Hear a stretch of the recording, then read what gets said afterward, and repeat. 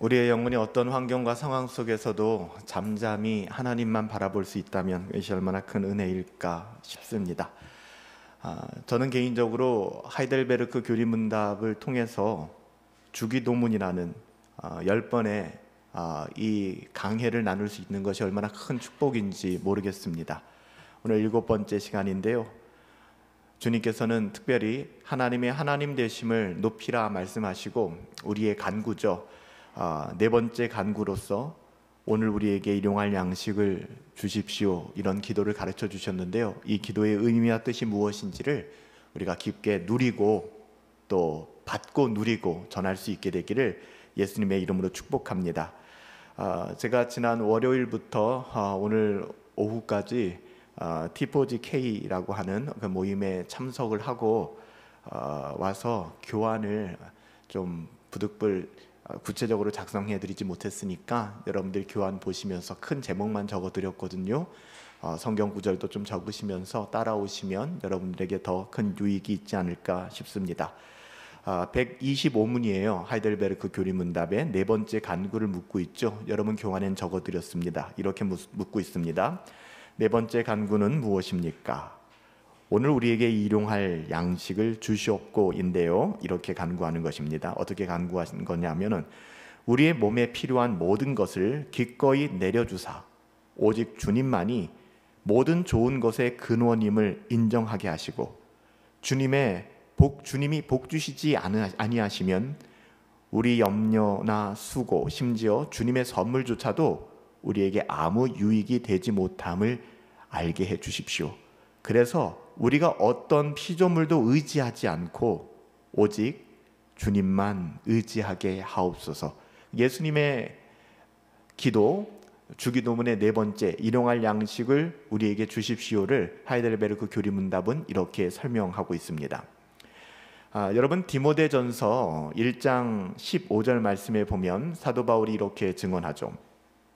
밉보다 아름답고 더 아름답도다. 밉보다 모든 사람이 받을 만한 이 말이요, 그리스도 예수께서 죄인을 구원하시려고 세상에 임하셨도다.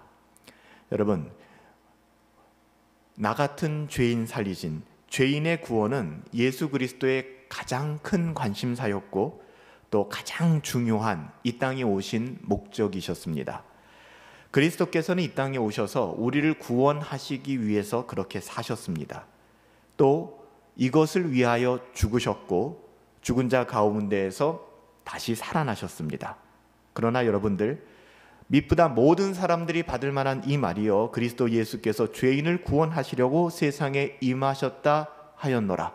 이 말을 가지고 우리가 그리스도께서는 오직 우리의 영혼에만 관심이 있고 우리의 몸과 또 우리의 몸을 필요로 하는 것에는 아무 관심도 없다라고 생각해서는 절대로 안 됩니다.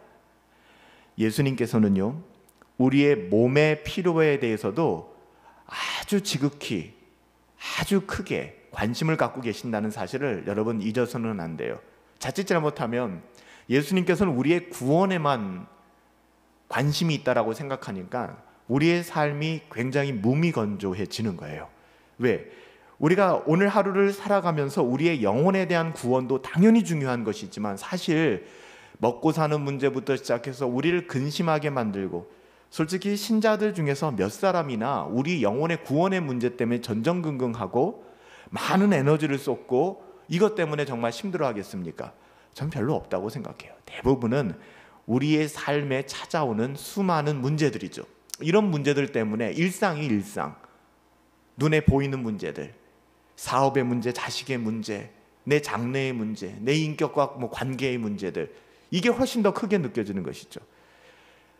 이 부분에 대한 각성이 없으니까 신앙이 우리의 삶에 일도 도움이 되지 않는 지경에 놓이게 되는 것입니다. 여러분 기억하세요. 예수님께서는 우리의 영혼에 지극히 관심을 갖고 계시지만 우리 몸의 필요에 대해서도, 우리의 몸뚱아리가 이 땅을 살아가야 되는 우리의 몸이 무엇을 필요로 하고 있는지에 대해서도 놀랍도록 관심을 갖고 계신다는 사실을 여러분 놓쳐서는 안 돼요. 성경에 보면 많은 사람들이 예수님의 병 고치는 기적을 바라보면서 예수님을 따랐죠. 많은 사람들이 예수님을 따라다녔습니다. 근데 어느 날 해가 뉘엿뉘엿 쥐기 시작했잖아요. 그때 예수님이 하신 말씀이 있어요. 요한복음 6장 5절에 뭐라고 말씀하셨냐면 우리가 어디서 떡을 사서 이 사람을 먹이겠느냐라고 반문하시는 장면이 나와요. 예수님이 지금 뭐에 관심을 갖고 있는 거예요? 떡을 사서 사람들을 먹이겠느냐라고 묻고 계신 거예요. 물론 반문하시는 거지만 여러분, 예수님은요 우리가 먹고 사는 문제에 대해서 무관심한 분이 아니십니다. 사람은 떡으로만 살 것도 아니지만 말씀으로만도 살 수 없는 존재인 것을 너무나 잘 알고 계시죠. 물론 예수님의 가장 큰 관심사는 영혼이었습니다. 그 영혼의 구원이었죠. 하지만 예수님은 다른 곳에서 이들이 목자 없는 양같이 행함을 바라보시며 슬퍼하셨습니다. 그럼에도 불구하고 이들의 몸에 관하여, 이들의 살림살이에 관하여 예수님께서는 큰 관심을 가지셨어요. 예수님께서는 당신의 말씀을 들어온 사람들에게 마실 것과 먹을 것이 필요하다는 것을 알고 계셨고요. 그래서 예수님께서는 오늘 이 주기도문을 통해서 우리의 몸의 간구죠. 오늘 우리에게 일용할 양식을 주시옵고 이렇게 기도하게끔 하신 거예요. 우리가 살펴보고 있는 주기도문의 특별히 이 범위는 굉장히 넓습니다. 예수님이 가르쳐 주신 기도는요. 우리는 맨 처음에 뭘 배웠습니까? 하나님의 영광을 위해 기도하라는 것을 배웠잖아요. 가장 먼저 하나님의 영광을 구하라. 아버지여, 이름이 거룩히 여김을 받으시오며 당신의 나라가 임하시오며 뜻이 하늘에서 이루어진 것 같이 땅에서도 이루어지이다. 하나님의 영광을 구하라고 했잖아요. 그 다음에 자기 자신의 어떠함을 위한 간구가 오늘 바로 나오는 것이거든요. 마태복음 6장 11절이잖아요. 오늘 우리에게 일용할 양식을 주시옵고. 여러분, 이 기도가 신앙에 있어서 증발돼서는 절대로 안 됩니다. 영적인 기도 당연히 중요하죠. 하지만 우리의 삶 속에서 우리의 일상을 구하는 기도도 반드시 필요합니다. 개혁신앙을 배우면서 우리가 자칫 잘못하면 이것은 세상에 썩어질 어떠함을 구하는 거 아니냐, 이거 잘못된 것을 구하는 거 아니냐, 번영신학 아니냐라고 생각하는데 천만의 말씀이에요. 여러분, 우리는 영의 것을 구해야 되지만 더불어 이 땅에서 우리의 필요를 철저히 하나님께 맡기고 구함도 필요하다는 것입니다. 여러분, 우리의 주기도문, 주님께서 가르쳐 주신 기도를 받으시는 대상에 대해서 잠깐 생각해 보세요. 하나님은 여기서 현재 우리들의 삶에 복을 주시는 분이세요. 여러분, 하나님은 우리의 삶에 복 주시는 하나님이세요. 믿으시죠? 그러니까는 영혼의 구원 이런 얘기 말고 잘 안 와닿잖아요. 이런 말은요. 실질적으로 우리가 이 땅에 두 발을 딛고 호흡하면서 살아가는 고생스러운 우리들의 삶에 우리에게 찾아오는 모든 복, 그 복의 근원이 누구라고요? 하나님이시라는 겁니다. 성경이 그렇게 하나님을 그려내고 있어요. 구약 성경을 보세요. 신약 성경을 보세요. 우리 주님은, 우리 하나님은 이 땅을 살아가는 사람들, 죽은 사람들이 아니라 이 땅을 살아가는 사람들에게 현세적인 이 땅의 복을 당연히 허락하시는 분이세요. 중요한 건 그 복을 위해서 하나님을 이용하는 것이 문제고 그 복이 인생의 가치의 우선순위가 되는 것이 문제이지 우리의 삶의 생사화복을 전체 주관하시는 분이 하나님이심을 우리는 잊어서는 안 되고요. 그것을 고백하게 된다면 당연히 하나님께 우리의 필요한 것, 일거수일투족, 우리의 삶의 하나하나 걸음걸이, 우리의 삶의 모든 문제들을 아뢰고 기도해야 된다는 것입니다. 여러분, 하나님은요 모든 것을 공급하실 수 있는 분이세요. 믿으시죠? 여호와 일의 하나님, 준비하시고 공급하시는 하나님, 천지를 말씀으로 창조하신 분이 여러분 못하실 일이 무엇이 있고 여러분 정말 그분에게 불가능이 무엇이 있겠습니까? 하나님은요 그저 수많은 공급자 중에 한 분이 아니십니다. 우리의 삶의 생사화복을 주관하는 수많은 것들 중에 한 요소가 아니라 하나님은 모든 선의 원천이 되시고요 유일하신 공급자입니다. 여러분, 이게 중요해요. 유일한 공급자. 진정한 의미에서 하나님 말고는 아무도 우리의 삶에 그 어떤 것을 줄 수 있는 존재는 없습니다. 여러분, 두 존재가 있는데요, 하나님 말고 우리를 속이는 존재가 있는데 첫 번째 사탄이에요. 사탄은요 두루 다니면서 우리를 시험하고 우리를 유혹하고 우리를 넘어뜨리려고 하고 우리를 속이려고 합니다. 사탄에게 전도를 당하는 사람들이 너무 많아요. 우리의 실험은 혈과 육에 대한 것이 아닌데 정사와 권세와 이 어둠의 세상의 주관자들과 모든 악한 영에 대한 것인데 자꾸만 눈에 보이는 그 어떠함을 바라보고 실망하고 실족할 때가 있다는 겁니다. 여러분, 사탄은 절대로 우리에게 선물을 주는 존재가 아닙니다. 사탄이 가진 것은 전부 다 죄의 미끼예요. 이것을 분별하는 것은 굉장히 중요합니다. 죄의 미끼를 물지 마시라고요. 그거 물면 죽어요. 근데 자꾸만 죄의 미끼가 보암직도 하고 먹음직도 하고 지혜롭게 할 만큼 탐스럽기도 하거든요. 그러니까 자꾸만 그 죄의 미끼를 물어버리는 것이죠. 사탄은 약속합니다. 내가 내게 굉장히 좋은 걸 줄게. 여러분, 사탄도 그런 약속을 해요. 거짓말장입니다. 사탄은 많은 것을 주겠다고 약속합니다. 심지어는 예수님까지도 속였습니다. 예수님께 찾아와서 사탄이 뭐라고 말했어요?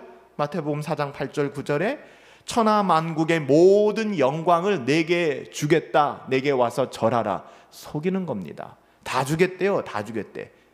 지금 이 시간에도 이 사단의 사탕 발림에 속아서 세상 다 얻으려고 경건은 뒷전이고 하나님도 뒷전이고 나의 어떠함을 위해 살아가는 사람들이 얼마나 많은지 모르겠어요. 사탄은요, 지금도 꾸준히 계속해서 항상 우리의 약점을 파고들면서 죄가 주는 게 있거든요. 죄가 주는 게 뭔지 아세요? 이 땅에서의 쾌락이 쾌락. 그 너무 달콤합니다. 진짜 달콤해요. 이 땅에서의 쾌락, 이 땅에서의 기쁨. 우리는 하나님의 말씀은 정말로 안 믿으면서 이 사탄의 말은 얼마나 더 그렇게 잘 믿는지 모르겠어요. 철석같이 믿는 것 같아요. 그러나 이 세상이 영원하지 않지 않습니까?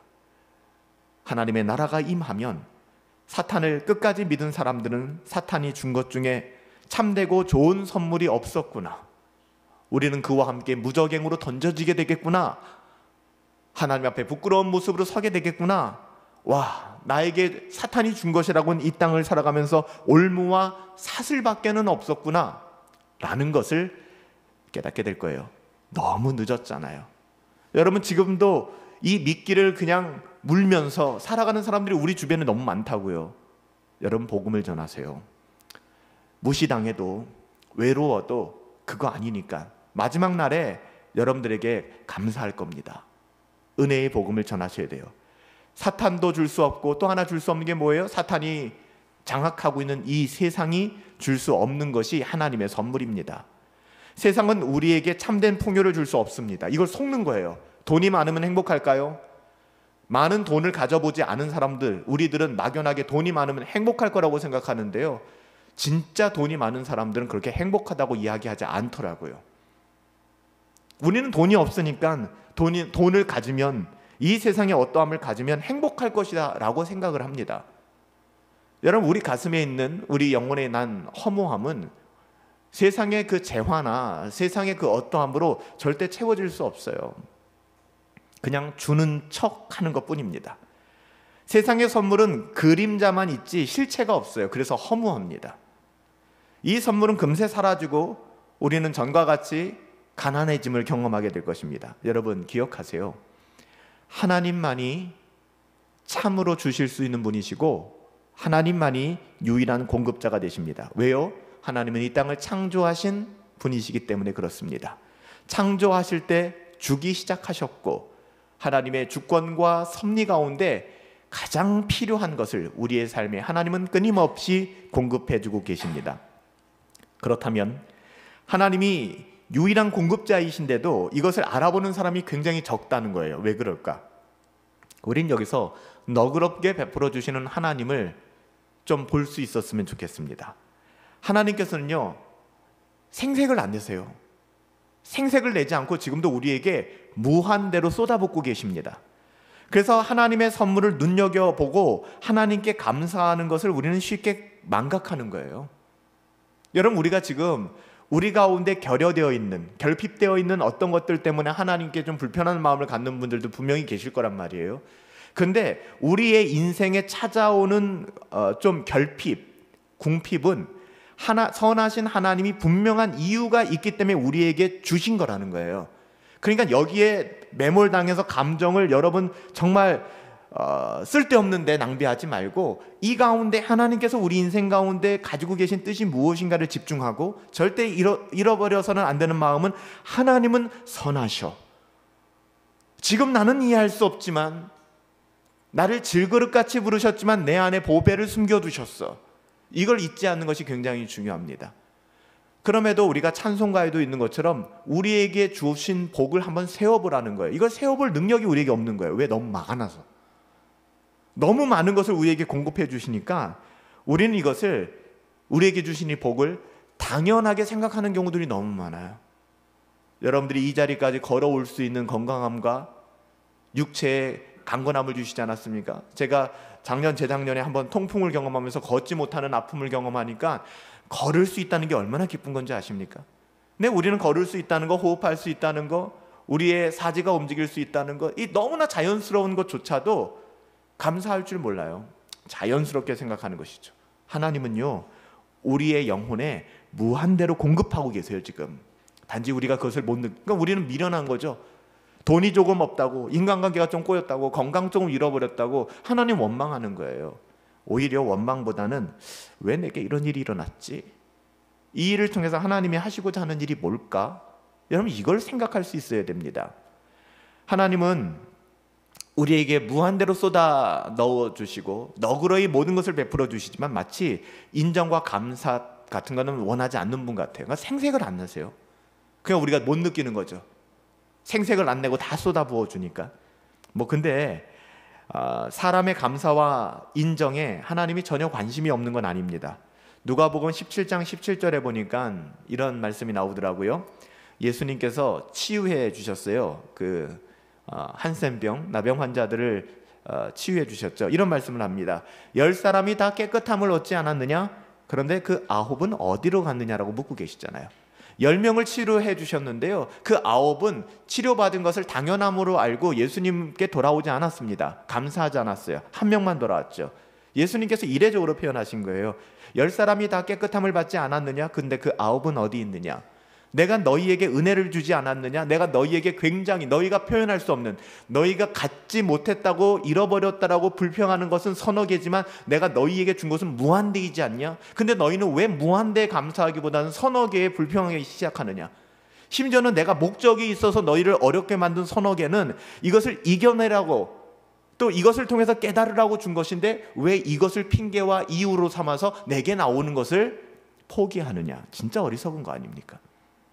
하나님은요, 끊임없이 주십니다.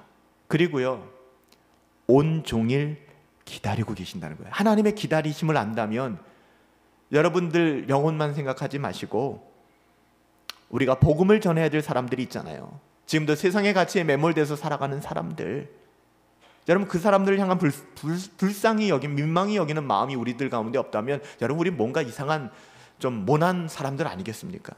그러면 안 되잖아요. 하나님은 모든 사람을 기다리시지만 모든 사람이 하나님을 기다리시는 것 같지는 않아요. 하나님께서는 우리 허브 가족 모두를 기다리시고 예배케 하시고 모두를 부르시지만 모두가 하나님을 기다리는 것 같지는 않아요. 가슴 아픈 일이죠. 시편 25편 5절에서 다윗은 이렇게 고백합니다. 내가 온종일 주를 기다리니이다. 이게 얼마나 아름다운 말인지 모르겠어요. 내가 온종일 주를 기다리니이다.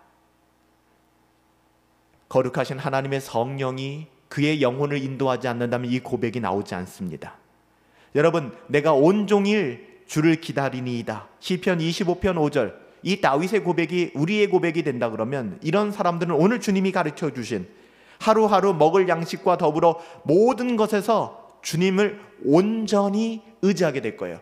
오늘날 우리에게 일용할 양식을 주십시오라는 이 기도의 핵심은 주님을 의지하라는 거예요. 주님을 의지하고 구하라는 거예요. 유일한 공급자. 여러분, 하나님은 우리에게 억하심정을 가지고 계신 분이 아니세요. 하나님은 우리를 끔찍하게 사랑하시잖아요. 여러분 믿으시죠? 하나님 우리 사랑하신다고요. 우리의 구함에 응답하신다고요. 근데 우리가 잘못된 것을 구하거나 우리의 영혼에 해가 되는 것은 하나님이 들어주시지 않을 뿐이에요. 여러분 착각하지 마세요.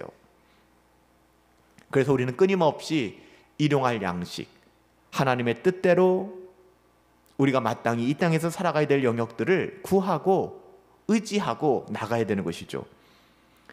우리의 모든 필요를 포함하는 양식, 이것이 오늘 일용할 양식을 의미합니다.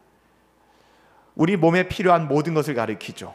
먹을 것, 입을 것, 잠자는 집, 의식주의 모든 문제, 우리의 일과 건강, 우리들의 수입과 또 근면함, 수고, 이 모든 것들을 놓고 기도하라는 겁니다. 지금 현재 수입이 나의 살림살이에 너무너무 어렵다. 당연히 그럴 수 있어요. 불평과 원망으로 도배되지 마시고 하나님께 구하라는 거예요. 하나님, 재정적으로 많이 어렵습니다. 하나님 도와주십시오. 가난함 속에서도 자족함을 배우길 원합니다. 하지만 죄악에 빠진 몸뚱아리라 자꾸 불평하게 되고 힘들어집니다. 하나님 도와주십시오. 이 어려움의 파고를 잘 넘어서게 하여 주시옵시고, 하나님 재정의 문을 열어주셔서 내게 궁핍할지라도 자족하는 마음으로 주께 구하오니 하나님 물질을 허락해 주십시오. 여러분, 이렇게 구하는 기도가 왜 잘못됐다고 하겠습니까? 근데 묻지도 따지지도 않고 부자 되게 해주세요, 돈 많이 벌게 해주세요, 이번에 사업 프로젝트 나갔습니다, 이거 대박 터뜨리게 해주세요, 하나님께 영광 돌리겠습니다. 뭔가 순서가 잘못된 겁니다. 이렇게 기도해서는 안 되는 거예요. 여러분, 우리가 먹을 것, 우리가 구하는 모든 것은 다 하나님께로 나옵니다. 시편 기자가 이렇게 고백하죠. 시편 145편 15절 16절 말씀에 보니까 모든 사람의 눈이 여호와를 주를 앙망하오니 주는 때를 따라 그들에게 먹을 것을 주시며 손을 펴사 모든 생물의 소원을 만족하게 하시나이다. 할렐루야. 이 하나님이세요. 모든 사람의 눈이 하나님을 앙망하며 바라보는데 주님은 때를 따라 순간순간마다 그들에게 먹을 것을 주세요. 여러분들이 일해서 돈 벌어서 하는 그 모든 것들이 여러분의 능력에서 나온 것이 아니라 하나님께서 주신 은혜라니까요.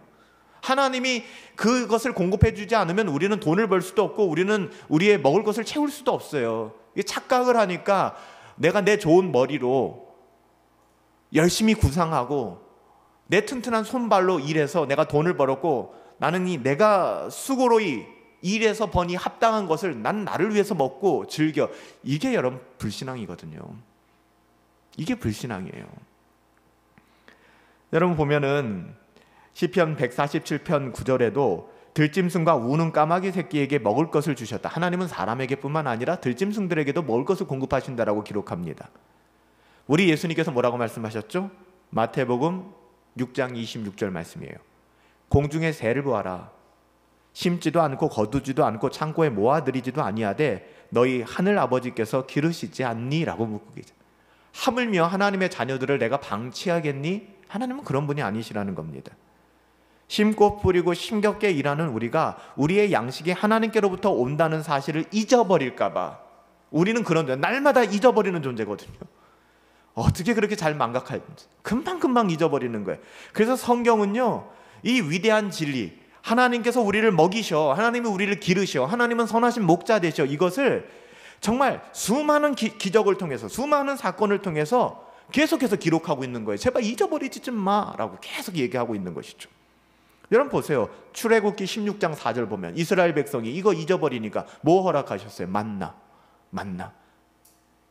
하나님께서는 광야에서 하늘에서 내리는 만나를 먹이셨잖아요. 여러분, 선지자로 대표되는 엘리야는 어때요? 열왕기상 17장 4절부터 6절에 가보면은 배고파가지고 로뎀나무 그늘 밑에서 나 죽여주세요 우울증을 막 고백하고 있을 때 하나님께서는 엘리야를 부르셔서 그의 배고픔을 채워주셨는데 까마귀들이 가져온 고기로, 그러니까 하나님이 그냥 짠 하고 배부름을 채워준 게 아니라 실질적으로 까마귀를 통해서 먹을 것을 공급해 주셨다고요. 상징적인 용어로 많이 사용되지 않습니까? 저도 그런 적이 되게 많아요. 신학교 시절에, 지금도 마찬가지예요. 목회자로서 살아가면서 때로는 교회 재정이 좀 힘들어지고 아니면은 저희도 살림살이가 좀 어려워지고 그럴 때 있는데, 그럴 때 정말 이상하리만큼 기가 막히게 잘 연락되지도 않았던 분들이 갑자기 연락을 하기도 하고 또 제 계좌에 누가 돈을 입금시켜 주시기도 하시고, 전 그걸 보면서 야, 또 하나님이 까마귀를 보내주시는구나. 하나님 그렇더라고요. 기대하지 못했던 방식으로 하나님께서 채워주시는 거예요. 여러분, 목회자는 뭐 말씀으로만 삽니까? 먹고 살아야죠. 그렇지 않습니까? 그러니까 저는 그걸 많이 경험했어요. 신대원 때도 그랬어요. 아우리치를 가야 되는데, 아니면 선교여행을 가야 되는데 돈이 없는 거예요. 회비를 낼 돈이 없는데 어느 날 한 자매가, 누나가 불러요. 영훈 형제 잠깐만. 그리고 책을 하나 선물해 주는 거예요. 이 책 내가 요즘 너무 읽고 감동적인데 이 책 좀 한번 읽어보라고. 책 선물이니까 고마워요 누나 받아가지고 집에 와서 책을 펼쳐보니까 안에 봉투가 들어있는 것이죠. 그런 걸 바라보면서 이게 처음에는 받는 것도 은혜롭게 받아야 되거든요. 하나님께서 흘려보냄을 인정해야 되는 거예요. 자존심 상해할 필요도 없고요. 하나님께서는 그렇게 우리의 삶을 인도해 주세요. 그래서 저는 공동체가 해야 되는 사역 중에 하나가 저는 이런 영역들이라고 생각합니다. 그래서 우리가 작은 정성이지만 주일날 우리가 모금함을 놓고 구제 모금을 하는 이유도 저는 거기에 있는 것이고요. 또 교회 우리 식구들, 또 더 나아가서는 선교사님들이나 우리 지체들의 문제가 있고 어려움이 있을 때 우리가 까마귀가 되는 것이죠. 우리가 능력이 있고 우리가 썩 괜찮아서 그렇게 하는 것이 아니라 기도하면 그분들이 생각이 나고, 안 그런가요? 기도하면 내 마음이 거기서 답답해지니까 자꾸 그것을 흘려보내게 되는 것이죠. 하나님께서 역사하는 거예요. 하나님께서 역사하시니까 열왕기상 17장 14절에 가보니까 과부의 통에 가루가 떨어지지 않고 그 병에 기름이 마르지 않았잖아요. 누가 하셨어요? 그거를 하나님이 하셨다고. 저는 우리 교회를 보면서도 그 고백 많이 해요. 하나님께서 우리 교회를 만나로 인도하시는구나. 진짜 만나예요. 재정적으로도 그래요. 이번 달에는 마이너스가 되겠구나 하면은 꼭 달이 끝나기 전 하루 이틀 그때 누군가가 또 안 하던 연보를 해요. 그래서 딱 또 그걸 많이 맞추지도 않고 딱 그걸 맞춰요. 그걸 바라보면서 하나님께서 그럼에도 불구하고 전 기도해요. 하나님, 우리 교회 재정이 좀 넉넉해졌으면 좋겠습니다. 그래서 좀 어려운 지체들이나 또 우리도 힘들지만 우리보다 더 힘든 지체들에게 이것을 흘려보낼 수 있는 통로가 되었으면 좋겠습니다. 아직까지는 그 단계는 아닌 것 같아요. 그럼에도 불구하고 하나님께서는 아직까지 우리 분당 허브교회는 자족하기를 배우게 하시는구나, 만나를 주시는구나, 만나를 교만하지 않도록. 이 시험과 이 파고를 넘겨주시면 언젠가는 하나님께서 또 다른 복을 주시겠지. 저는 그걸 믿어요. 이 모든 걸 주관하는 게 누구라? 성도님들이 아니라 하나님이라는 사실을 믿고 있기 때문에 하나님이 이 일들을 하시는 거구나. 이 모든 기적들이 다 일용할 양식을 주시는 분 하나님이시구나. 이 사실을 성경은 계속해서 가르쳐주고 있는 거예요. 그 구하라는 거예요. 그러니까 사람들 쫓아다니면서 얘기하라는 게 아니에요. 교회 이야기니까 제가 자꾸 드리는 거예요. 교회 재정이 부족하면은 사람들에게 연락하고 사람들에게 뭔가 푸시업 해가지고서 좀 헌금 좀 더 하세요, 연부 좀 더 하세요, 이렇게 이야기하기보다는 기도하라는 겁니다. 하나님이 채워주신다는 거예요. 여기에 대한 저는 믿음이 있어요. 하나님께서 하시겠지. 하나님께서 각 사인마다 선하게 인도해 주시겠지. 그런데도 우리는 이런 관점을 얼마나 더디 배우는지 모르겠어요. 세상의 관점이라고 써드렸잖아요. 요즘 시대는 더욱 그래요. 오늘날 누가 하나님을 필요로 하나요? 여러분, 하나님 정말 필요하세요? 진짜 묻고 싶어요. 이 필요라고 하는 것은요, 내가 지금 당장 없어서 불편한 겁니다. 내가 지금 당장 없어서 불편한 거. 내 핸드폰 배터리가 지금 5%, 6%밖에 안 남았어요. 그 나에게 절실히 필요한 게 뭡니까? 충전기잖아요. 충전할 수 있는 곳을 필요로 하지 않습니까? 아니면 내가 지금 뭔가 데이터를 전송하고 그래야 되는데 와이파이가 안 잡혀요. 그럼 와이파이 잡히는 곳, 데이터가 없어요. 이 필요거든요. 조금 와닿으실 수 있을지 모르겠어요. 이런 의미에서 하나님을 필요로 하는 분들이 얼마나 있을까? 영혼의 문제에 있어서는 그나마 하나님을 필요로 할지는 모르겠지만 물질의 필요, 우리의 삶에 있어서 여러분의 선택, 어떤 직장을 갈 것인가, 내가 무엇을 선택할 것인가, 어떤 결정을 할 것인가, 구체적인 우리의 삶, 그러니까 영혼의 문제 말고 구체적인 우리의 삶의 디테일한 부분들, 이 부분에 있어서 하나님을 필요로 하고 정말 하나님의 뜻을 구하는 사람들이 몇이나 될까에 대해서는 굉장히 회의적이에요. 별로 없는 것 같은 거예요. 왜 그럴까? 세상적 관점에 매몰되어 있기 때문에 그래요. 그러니까 근심, 걱정, 인간적으로 자기 계획, 플랜 A, 플랜 B, 플랜 C, 하나님보다 더 위대한 일을 하려고 하는 것이죠. 이런 세속에 물든 인생과는 어쩌면 진화 철학의 에볼루션, 진화 철학의 어떤 열매거든요. 모든 것이 자연과학으로 설명되려고 그러고 세상의 이치와 이론으로 경험으로만 설명되어지려고 한 겁니다. 우주와 생명을 이해하는 열쇠로서 하나님은 이제 필요 없는 거죠. 내 인생을 해석하는 데 있어서 하나님의 관점은 이제는 말은 필요한데 실질적으로는 필요가 없는 겁니다. 말은 필요해요. 말은. 여러분 교회 다니는 사람들에게 하나님이 여러분의 삶을 인도하십니다, 하나님께 구하세요, 이거 부정할 사람 누가 있겠습니까? 다 그렇게 하겠다고 해요. 하지만 실질적으로는 그것을 원하지 않는 거예요. 이런 물질주의와 자연주의 정신이 어디까지 장악하기 시작했느냐? 교회까지 장악하기 시작한 거예요. 그러니까 이런 방식으로 자녀들을 양육하기 시작하고, 이런 방식으로 직장을 택하기 시작하고, 심지어는 젊은이들이 이런 방식으로 결혼을 하기 시작하는 거예요. 언약 자손이 어디 있습니까? 제가 이번 T4G를 하면서 조엘 비키 목사님 교회에서 이제 배우고 사역했던 젊은 목사님과도 교제를 하고 나눌 수 있는 시간을 가졌는데, 오신 분들이 대부분 개혁신앙을 추구하시는 분들이기 때문에 한결같이 다 온세대 예배를 드립니다. 그러니까 초등학생까지는 전부 다 엄마 아빠와 함께 예배를 드려요. 그리고 초등학교 이전의 아이들 같은 경우는 이제 좀 따로 예배를 드리는 건 아니고요. 약간 다른 공간을 제공해서 좀 방해받지 않게끔 더 확실하게 하는 교회들 같은 경우는 미취학 아동들 포함해서 영유아들까지도 함께 예배를 드려요. 제가 여쭤봤어요. 예배가 됩니까? 예배가 되나요? 뒤에 힘들거든요. 애기들 울음소리, 소리 지르는 거, 거기에 엄마가 리액션 하는 소리. 여러분 앞에 서서 한번 인도를 할 때 누가 그래 보세요. 여러분 누가 얘기할 때 자리에서 일어나기만 해도 집중이 안 되잖아요. 똑같거든요. 여쭤봤어요. 목사님들 어떻게 이거를 다 하고 계세요? 했더니 그분들이 하는 말이 그거예요. 가치가 중요하다는 거예요. 하나님의 언약 자손으로서 여러분 예배라는 것이 나이대마다 달라질 수 있다고 생각합니까? 유치부 예배가 있고 아동부 예배가 있고 청소년부 예배가 있고.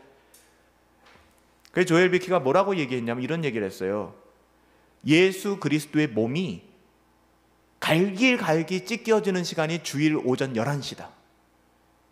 주의 몸은 그냥 주의 몸이어야 되는데 그때 팔 뚝 띄어가지고 여기서 예배드리고 몸 딱 띄어서 여기서 예배드리고 이렇게 예배를 드린다는 거예요. 이유는 간단하죠. 집중이 안 되니까. 애들이 집중이 안 된다고 생각을 하니까. 그래서 처음부터 그렇게 자꾸 분리시키기 시작하는 거예요. 그거 아니라는 거예요. 그래서 여기에 동반되어야 되는 게 뭔지 아세요? 성도님들의 배려와 기다림이어야 된다는 거예요. 아이들이 소리내면 집중이 안 되죠. 그런데 이 아이의 영혼과 이 가정을 위해서 참아주는 겁니다. 기다려주는 거예요. 목회자 굉장히 힘들죠? 그래도 그 가치를 추구하기 위해서. 조엘 비키 목사님 교회는 2,000명이 넘게 모여요.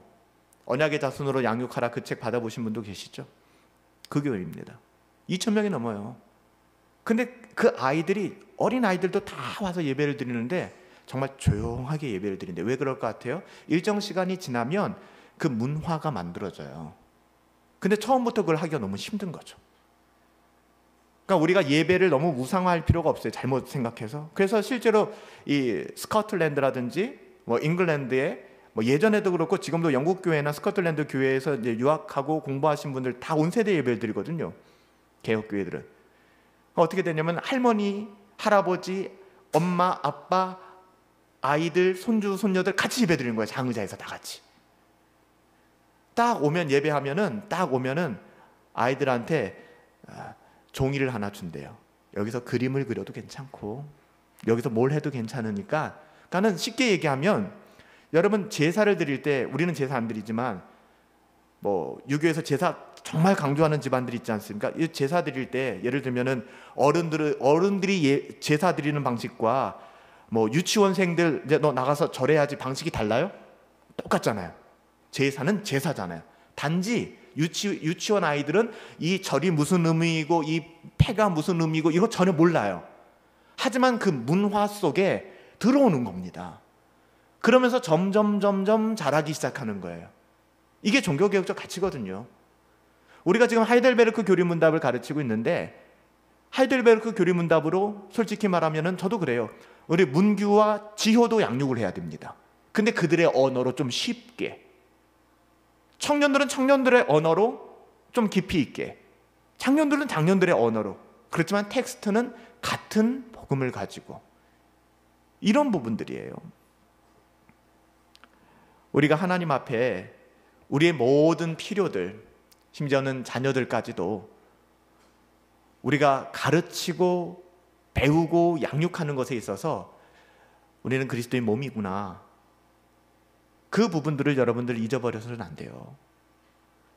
그렇게 어린아이들이 엄마 아빠를 따라다니고 예배당에서 어렸을 때는 그림 그리며 아니면은 뭐 책을 보며 그렇게 신앙생활을 하던 아이들이 이제 어느 정도 절제가 되면 예배에 집중하게 되고 예배를 경험하게 되고, 제가 그랬어요. 제가 대학교 2학년 때 회심하게 된 이유가 어렸을 때 어머니 아버지 따라다니면서 예배 드리던 그때 그 모습, 저도 그랬거든요. 저도 교회 따라가서 수요 예배 때 어머니 무릎 빼고 자고 그랬어요. 시골에 있을 때는 할머니 따라가서 예배당에서 자고 장난감 가지고 놀고, 누구 하나 혼내지 않았어요. 그렇게 예배당 문화가 익숙하고 교회 문화가 익숙해지고, 그리고 이제 어느 정도의 양육이 되는 나이가 되면은 그 나이에 맞게끔 양육이 되어지고, 이거거든요. 근데 자꾸 우리는 세상의 관점을 가지고 있으니까 예배도 세상적인 관점으로 접근하려고 하는 것이고, 자녀 양육도 심지어는 세상적인 관점으로 접근하려고 하는 거예요. 모든 선택과 결정을 그렇게 하려고 하는 것이죠. 여러분, 이렇게 해서는 안 됩니다. 이렇게 해서는 안 돼요. 우리가 이런 것들을 의지하고 이런 방식으로 살아가다 보면 인생이 하나님 없는 인생이 되고 맙니다. 성령님이 우리 안에서 일하셔서 우리가 얼마나 비참한 죄인인지 보여주실 때만 우리는 이걸 깨닫게 됩니다. 그 전에는 얼마나 똑똑해요. 요즘 사람들, 요즘 청년들 얼마나 똑똑합니까? 자기 앞가림 잘하죠. 요즘 젊은 엄마 아빠들 얼마나 똑똑해요. 나름대로 인터넷 다 찾아가지고 교육적 지식 다 가지고 있고 어떻게 애를 키워보겠다. 근데 거기에 과연 하나님이 있는가에 대한 질문들을 정말 던져보게 되는 거예요. 하나님이 있는가? 우리가 얼마나 비참한 죄인인지를 깨닫게 되고 인지하게 될 때, 죄악된 세상의 가치로는 자녀 양육이라는 것 자체가 불가능한 것이구나. 그리고 하나님이 우리를 돌보심을 그제서야 깨닫게 되는 것입니다. 그러니까 우리는 받을 자격이 없다라는 것을 인정하는 것이죠.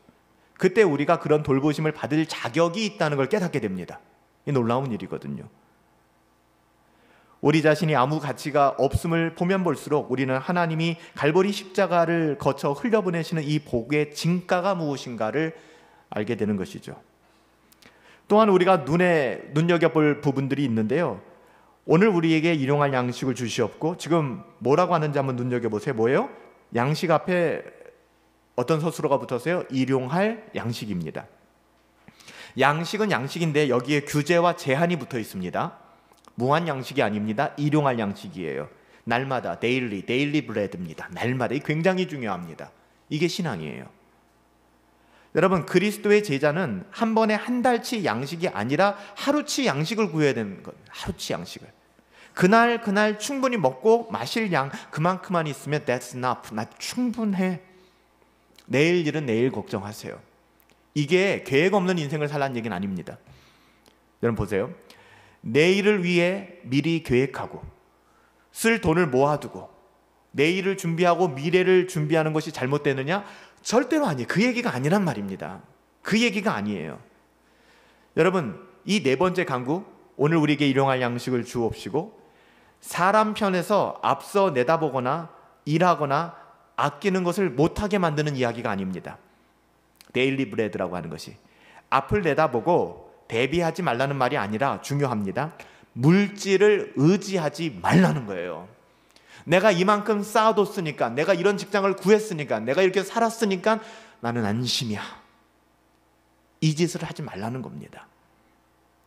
그리스도인은요, 우리 주님을 믿어야지 자기 통장의 계좌나 남편의 능력이나 자식의 어떠함이나 자기의 어떤 이력이나 아니면 심지어는 노후를 보장받는 어떤 보험이라든지 아니면 연금이라든지 필요하죠. 하지만 그것을 의지하지 말라는 것입니다. 예레미야 애가 3장 24절 말씀인데요. 내 영혼에 내 심령에 이르기를 여호와는 나의 기업이시니 그가 몸과 영혼을 잘 보살펴 주실 것을 내가 바라고 믿으리라 하였도다. 아멘입니다. 이거예요. 주님이 우리의 보험이에요. 이게 부활 생명 아닙니까? 이거 없으면 어떻게 살합니까? 제가 주일날에도 말씀드렸잖아요. 이 신앙 없으면 세상에서 마음껏 즐기세요. 단 한 번이 세상인데, 죽으면 없어지는데 왜 아낍니까? 열심히 누리고 즐기고 쾌락을 추구하면서 살아가세요. 그게 아니에요. 그래서 내 심령에 이르기를 여호와는 나의 기업이시니 그가 몸과 영혼을 잘 보살필 것을 내가 바라고 믿으리라. 그러니까 그리스도께서 우리 보고 한 번에 하루치의 양식을 구하라고 말씀하신 그 이유는 모든 일에 있어서, 모든 상황에 있어서 하나님을 신뢰하는 법을 가르쳐 준 겁니다. 영혼뿐만 아니라 여러분이 선택하고 고민하고 결정하고 전전긍긍하는 모든 영역들까지도. 그렇게 우리는 하나님 앞에 감사하며 만족하며 자족하며 그렇게 살아가야 되는 것이죠. 또한 정말 중요한 지점이 어디냐 하면은 오늘 이 간구에 있어서 정말 중요한 지점입니다. 보세요. 양식을 위한 기도에서 땅의 소유, 우리의 분깃, 땅의 소유를 바르게 쓰는 법을 지금 가르쳐 줍니다. 여러분 잘 들으세요. 주님은요, 우리가 가진 것을 어떻게 써야 되는가를 말씀하시는 거예요. 주님께서는 당신이 우리에게 주신 모든 것을 우리가 당신의 영광과 우리의 이웃의 안녕과 안전을 위하여 흘려보내기를 원하십니다. 정말 아멘이에요. 이와 관련해서 우리는 여기 쓰인 대명사를 눈여겨봐야 됩니다. 여러분, 내 양식이 아니잖아요. 우리의 양식입니다. 우리의 양식. 여러분, 이것이 신자의 가치고 이것이 신현의 가치입니다. 이것이 그리스도인의 경제관이어야 되고 그리스도인의 물질관이어야 합니다. 우리는 여기서 우리 자신만 생각하지 말고 다른 사람도 생각하라는 가르침을 받고 있는 겁니다. 이건 신자들에게 주신 하나님의 말씀이에요. 초대교회는 이걸 실천했죠. 사도행전 2장 44절 아시잖아요. 오순절 날에 믿는 사람들이 120명 성령의 부음을 받자 일어나서 어떤 일이 벌어졌습니까? 믿는 사람이 다 함께 있어 모든 물건을 서로 통용하고 자기 것을 자기 것으로 주장하지 아니하니라. 이런 일이 벌어지잖아요. 우리는 늘 서둘러서 지적하기를 신약의 이런 통용이라는 가치는 이 각박한 21세기 세상에서 어떻게 적용할 수 있는가? 이건 2000년 전의 이야기지. 너무 현실성이 떨어지는 이야기다. 이건 불가능한 이야기다. 이건 공산주의다. 사회주의다. 이렇게 이야기합니다. 그런데요, 여러분, 이때 우리가 정말 착각하고 있는 것은 신약의 모든 사도들이, 정말 한결같이 모든 사도들이 그리스도 예수 안에 있는 사람은 자기의 소유를 다른 사람들과 함께 나눠야 한다. 좀 더 엄밀하게 이야기하면 형제의 가난을 책임져야 한다. 이 책임이라는 말이 얼마나 이게 무거운 말인지 아십니까?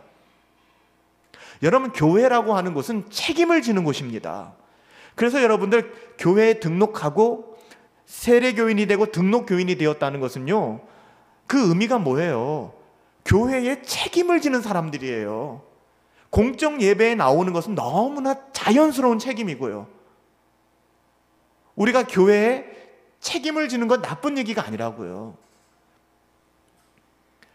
대형 교회에서 사역하던 목사님들이 계셨어요. 뭐 남서울교회라든지 아니면 뭐 우리 장로교회들 중에서 좀 제법 큰 교회에서 이제 사역하시던 목사님들, 새가족관을 맡으신 목사님들도 계시더라고요. 한 해에 한 500명에서 1000명 정도의 신자들이 찾아온답니다. 새 신자들이 굉장히 많이들 찾아온대요. 그런데 그 중에서 정말 예수 그리스도를 전혀 모르던 사람이 오는 케이스는 5%도 안 된대요. 5%가 안 된대요. 여러분, 교회 성경학적으로 얘기할 때 새가족 유입에서 예수 그리스도를 알지 못하던 사람들이 새롭게 회심해서 교회에 들어오는 케이스가 20%에서 30%가 되지 않으면 그건 건강하지 않은 교회로 봅니다. 근데 거의 100%의 사람들이 수평 이동을 하죠. 근데 그 목사님이 그런 얘기를 하는 거예요. 그 교회 담임 목사님에게 그런 이야기를 했다는 거예요. 목사님, 새가족반을 하면은 100의 100은 다 자그마한 교회에서 열심히 섬기다가 상처받거나 좀 더 편한 것을 추구해서 우리 교회 오는 사람들입니다. 이거 잘못된 겁니다. 몇몇 교회들이 하는 운동처럼 우리 수평이동 받으면 안 됩니다. 메뚜기들처럼 교회 옮겨 다니는 건 인정하면 안 됩니다. 그래서 그분이 했던 얘기가 이거예요. 목사님, 엄밀하게 이게 어떻게 수평이동입니까? 작은 교회에서 열심히 봉사하고 열심히 예배하던 사람들이 난 그냥 예배만 드릴래, 봉사는 안 할래 하고 큰 교회 가는 게 어떻게 수평이동입니까? 하향이동이지. 그러니까 하향이동이죠. 자그마한 교회에서는 다 눈에 보이잖아요. 예배 안 나와도 눈에 보이고 목사가 계속 권면하면 내 얘기하는 것 같고 싫어지는 거예요. 어느 날 그러니까 핑계를 대는 거죠. 예배 시간에 애들이 너무 떠들어요. 예배에 집중할 수가 없어요. 이 교회엔 주일학교가 없어요. 개혁교회 다니는 사람들이 저 교회 옮길래요. 큰 교회로 가서 그냥 구퉁이 자리에 앉아가지고 그냥 주일 예배 하나 드리거나, 요즘 같은 경우 또 얼마나 이게 합리화됐어요. 온라인 예배라는 이유로 그냥 인터넷 한번 켜서 그냥 예배 서핑하는 것처럼. 이게 어떻게 수평이동이냔 말이에요. 하향 평준화되는 거죠. 정말 하향이동이지. 여러분, 교회라고 하는 것은요, 책임지는 곳입니다. 형제의 가난을 내가 왜 책임져야 돼? 라고 생각하면 안 돼요. 아유, 그렇게 살더니 잘 됐다, 그러니까 찌질이도 가난하지, 그렇게 생각하면 안 된다고요. 여러분들, 교회는 그런 곳이 아니에요. 흘려보내야 됩니다. 도와야 됩니다. 끊임없이. 이게 신약의 모든 사도들이 한결같이 증언하는 바예요. 신약은 우리에게 공동체 의식에 대해서 절대 침묵하지 않아요. 공동체. 여러분, 사도 요한은 뭐라고 얘기했어요? 요한일서 3장 17절부터 18절에 보시면, 누가 이 세상의 재물을 가지고, 돈을 가지고 있어요.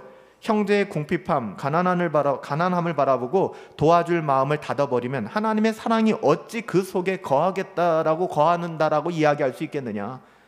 자녀들아, 우리가 말과 혀로만 사랑하지 말고 행함과 진실함으로 하자, 책임 좀 지자라고 얘기하는 거예요. 그러니까 교회만 왔다 갔다 하는 게 아니라 교회에 책임을 갖는 겁니다. 그게 어떻게 보면 책임 신자들이고 등록 교인이라는 거예요. 그게 세례교인이고, 그런 분들이 나와서 매주 성찬을 하는 것이고 함께 예배하는 공동체, 그게 교회입니다. 그냥 방문하는 곳이 아니라.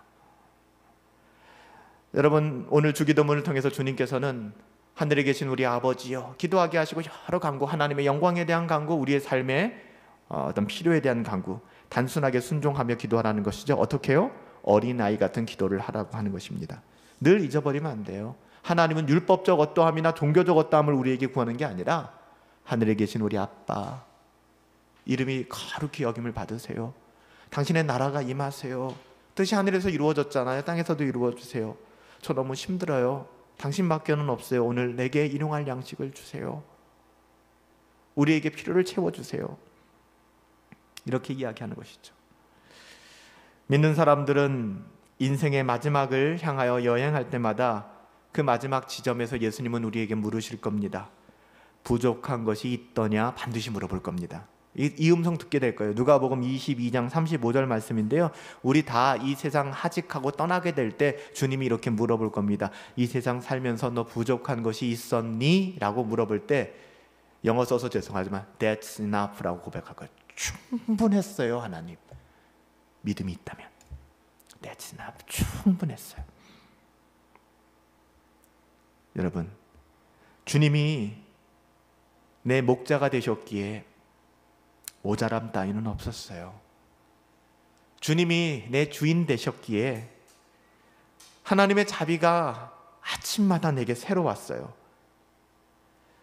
시간과 감각에 속한 일을 위하여, 세상에 썩어진 어떠함을 위하여 살아갔던 사람들은 아브라함이 부자에게 한 그 말을 그대로 듣게 될 겁니다. 어떤 말을 듣게 될까요? 얘야, 너는 살았을 때 좋은 것을 받았으나 나사로는 고난을 받지 않았니? 이것을 기억해. 이제 그는 여기서 위로받고 너는 거기서 괴로움을 받게 될 거야. 반드시 여러분, 이 지점에 우리는 서게 됩니다. 어디에 서시겠어요? 이건 자명한 사실인데, 가난함 자체는 기릴 만한 것이 없죠. 가난이 덕입니까? 전 여러분에게 가난하십시오 라고 얘기하고 싶지 않아요. 그건 축복이 아니죠. 하나님은 우리가 부자가 되길 원하세요. 저는 그거 믿습니다. 하나님은 우리가 부자가 되기를 원하세요. 하지만 그 부요함 때문에 예수님으로 멀어질 것을 알기 때문에 때로는 우리에게 어려움을 주는 겁니다. 일사천리 길이 열리면 우리는 교만해질 거 알기 때문에 하나님은 질그릇같이 우리를 빚으신 겁니다. 부자가 되려면 모든 것을 내려놓으라고 말씀하시는 것이죠. 우리 자신까지도 내려놔라. 나는 내 것이라고 생각하는 사람은 아무리 부유해도 그 실상은 아무것도 없는 사람입니다. 텅 빈 깡통에 불과한 거예요. 하지만 자신이 주님의 피로 값주고 산 주님의 것임을 알 수 있는 사람에게는 이렇게 말할 수 있죠. 마지막 여러분들에게 증거하고 싶은 말씀, 고린도전서 3장 21절부터 23절 말씀이에요. 제가 읽어드릴게요. 고린도전서 3장 21절부터 23절. 만물이 다 너희 것임이라.